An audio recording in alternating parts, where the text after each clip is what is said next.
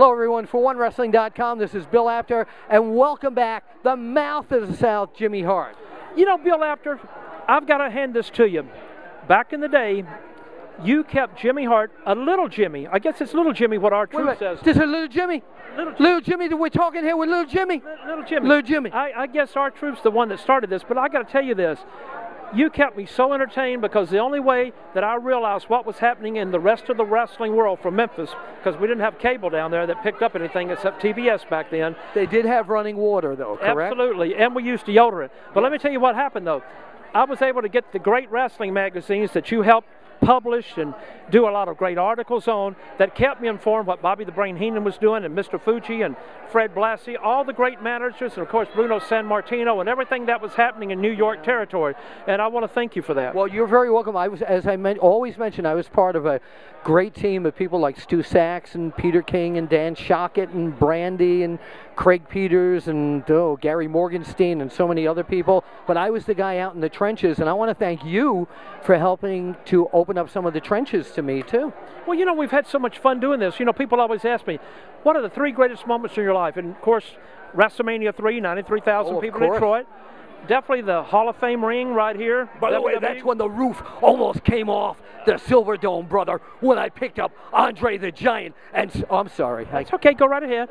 And the Hall of Fame ring. And last but not least, WrestleMania 1 was so important to Jimmy Hart because if that had not been successful, we probably wouldn't be standing here today, and there wouldn't be WrestleMania 28 coming up against The Rock and John Cena in Miami. Yeah, that is true. That is true. Now, Jimmy Hart, one of the the great things that you've done in your career that not a lot of people still talk about today, because a lot of the modern fans don't know about this, is beside being a wrestling manager, a wrestler, a guy who put up rings, a guy who drove people back and forth to airports. He did everything, but you were such a large part of the musical end of pro wrestling. Without you, so much of the theme music, the entrance themes, never would have existed. Tell the people about some of the ones that you wrote. And well, some of my favorite, I loved them all, but some of my favorites, of course, was Sexy Boy Shawn Michaels. Yeah.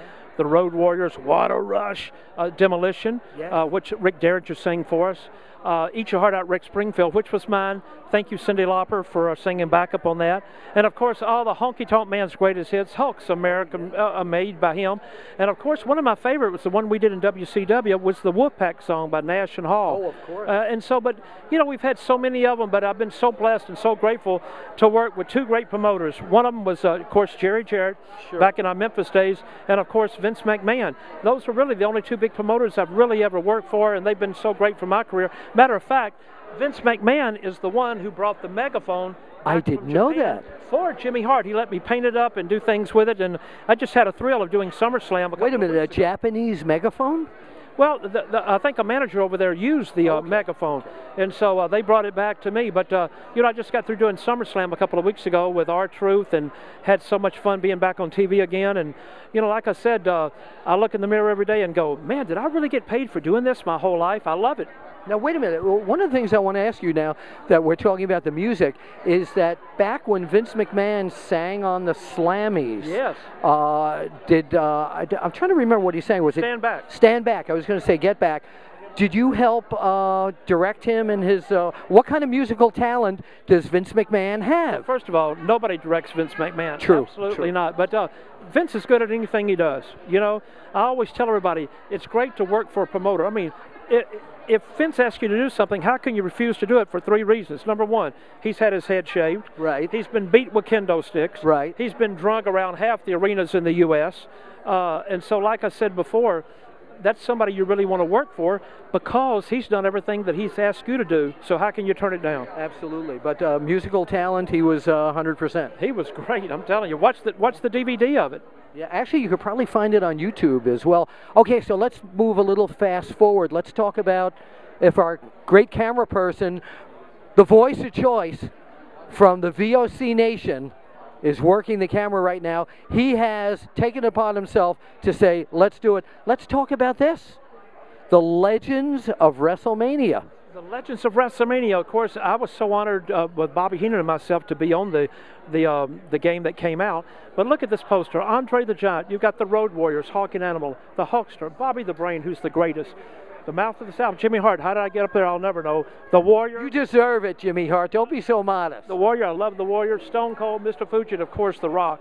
I mean, like I said before, I get up every day, pinch myself, and say, did I really get paid for doing this? It's been let me pinch you and thank you from all the wrestling fans, all the millions and millions of wrestling fans, and the people watching out there who support you and listen to you regularly on the Voice of Choice Nation. We might as well. Well, let's bring it in here. You know, I love these guys. You know, I just went and did the radio show this past week, and it's a great show. You know what? And they're both very cool. I love them. Like I said before, they love the business. They love wrestling. They're keeping the dream alive. And actually, turn the camera around for a sec. Let's do this and see that the Voice of Choice is right there filming us. Over here. Let me get my other and here is the giant, like Lamar Namar.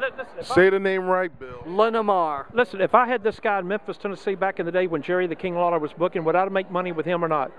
Oh, absolutely. You know I would, baby. He would have given the convict, Plowboy Fraser, a run for his money. And there is AC Smooth. Senor, would you like to say something to our Spanish-speaking listeners right now? Viva Mexico. Okay.